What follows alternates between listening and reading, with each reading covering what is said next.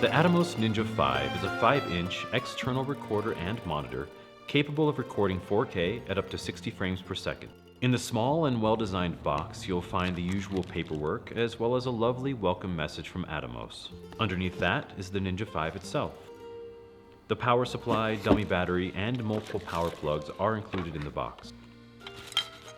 Below all of that is the SSD caddy. The aluminum and polycarbonate body of the Ninja V is extremely light, weighing in at around 12.5 ounces, about the same as this soup can. On the chassis, you'll find the HDMI in port where all information and recording takes place, and the HDMI out, making pass-through to Video Village or a larger monitor possible. On the other side, you'll find the headphone jack, line in and microphone in, and an area to connect a remote controller, and of course the power button. The bottom and top of the body both have a 1/4-20 threaded mount, and at the top is the fan exhaust port. The fan is quiet and has never been an issue for sound when shooting, although I never use a mic mounted anywhere near the camera. And at the back is the battery mount. The Atomos Ninja V thankfully uses an NPF style battery. They're cheap and easy to come by. I get a little over 2 hours of constant use from mine. The master caddy, holding a solid state drive, slides into the back here, which is where you'll be recording all of your footage.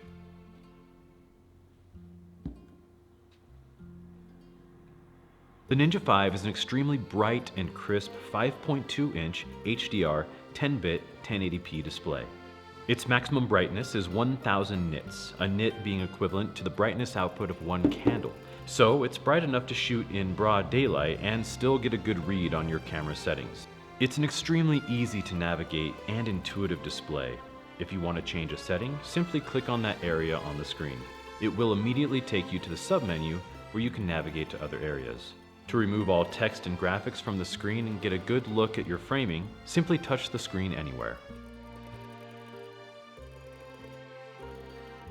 The Ninja V carries with it all the necessary features to enable a cinematographer to fully succeed on set. Waveform, vector scopes, and zebras are available, and the focus peaking display gives the user color and intensity options. Safe areas and cinema guides help with framing, and the zoom option is indispensable when nailing focus. It should be noted that a common issue with the Ninja V is trouble syncing audio when using the mic in. I have it set to a 3-frame delay to ensure the sound is perfectly in sync. Your results may vary. Playing back video is wonderful on this beautiful screen. It almost makes me want to watch Netflix on it.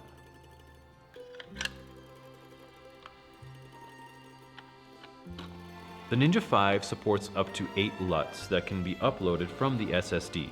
These LUTs can either be used as reference for white balance and exposure to be later laid in post, or it can be burned directly into your footage on the fly. I prefer to shoot everything in S-Log2 and use the LUT for reference, just in case I need to make any broad changes in post. But if you need a quicker workflow or to turn over client work quickly, this is a great way to eliminate one step down the road, provided you nail exposure and white balance on the day, which I rarely seem to do. Hence the need for as much latitude as possible. This could be a 2-hour tutorial if we went over all the features of the Ninja V, so I just want to emphasize its importance in my own workflow as a Sony shooter. Let me show you some of the more important features if that also applies to you.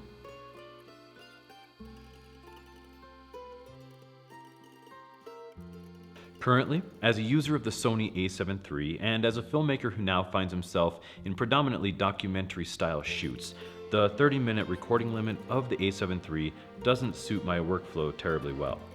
Enter the Atomos Ninja V.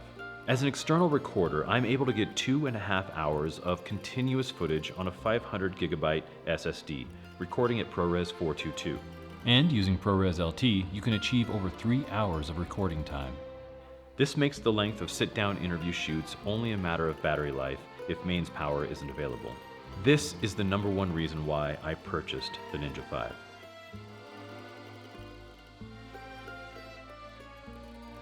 If you shoot Sony, then the benefit to introducing the Ninja V into your workflow is the ability to record in ProRes. Now, I'm a PC user, but Adobe Premiere supports ProRes, and it's a lifesaver. The A7 III's internal codec is a little harder on my editing system, but ProRes is a dream to work with, even at full resolution playback. Color grading ProRes footage is noticeably easier, and I feel I can push the colors just a wee bit harder. This was the second reason I purchased the Atomos Ninja V.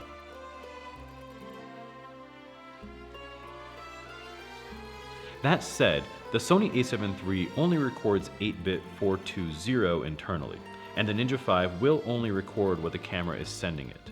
So, the final image quality of my videos isn't greatly affected by the use of the Ninja V, but as I mentioned, the dynamic range and ability to push the colors in post just a little further seem to be a benefit to using this as a recorder. Should the next Sony camera have 4K 60p or RAW capabilities, then that will certainly change the conversation. You'll find links to Gerald Undone's videos on the subject in this video's description. His understanding is much more thorough than mine, and they have been extremely helpful.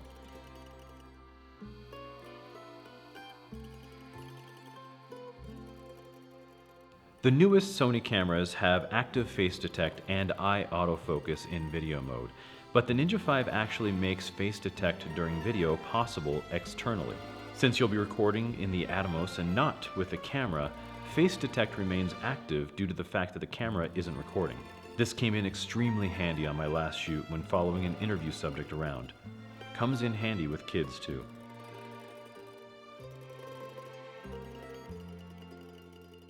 The one downside to the Ninja V is that it doesn't shoot 120 frames per second.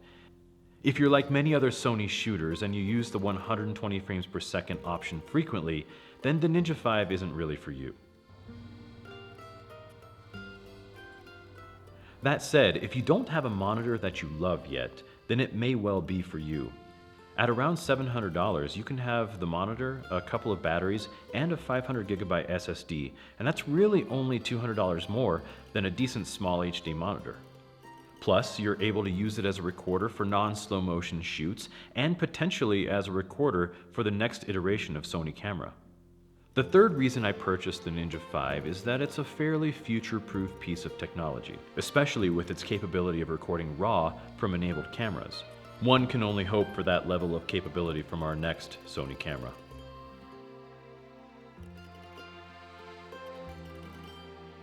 For lighter rigging and setups, the Ninja V sits easily on a ball mount and makes for the perfect way to simultaneously record and monitor interviews. In a cinema rig, whether mobile or mounted, the Ninja V is perfect for pulling focus and running handheld. It also makes for a perfect way to record and see yourself when making vlogs or YouTube videos. If you're a Sony shooter and you're looking to get around the recording limit of your mirrorless camera, want to introduce ProRes into your workflow, and want one of the best pound-for-pound monitors around, then the Atomos Ninja V is a great buy. It does stand to question though, why did I buy this recorder to extend recording time when I could easily just switch to something like Blackmagic and get arguably better, or more likely, similar results? Two reasons. One, I do shoot stills as a part of my artistic endeavors and as a part of my creative business, so mirrorless is still the best bet for me as a hybrid shooter. And two, I absolutely love the Sony lineup of lenses, and in particular the G Master lenses, and I've invested greatly into the ecosystem. It's a matter of economics as much as art. So, if you're like me and you have a similar lineup of gear, then the Atomos Ninja V is a perfect addition to your kit. That's why I have two of them.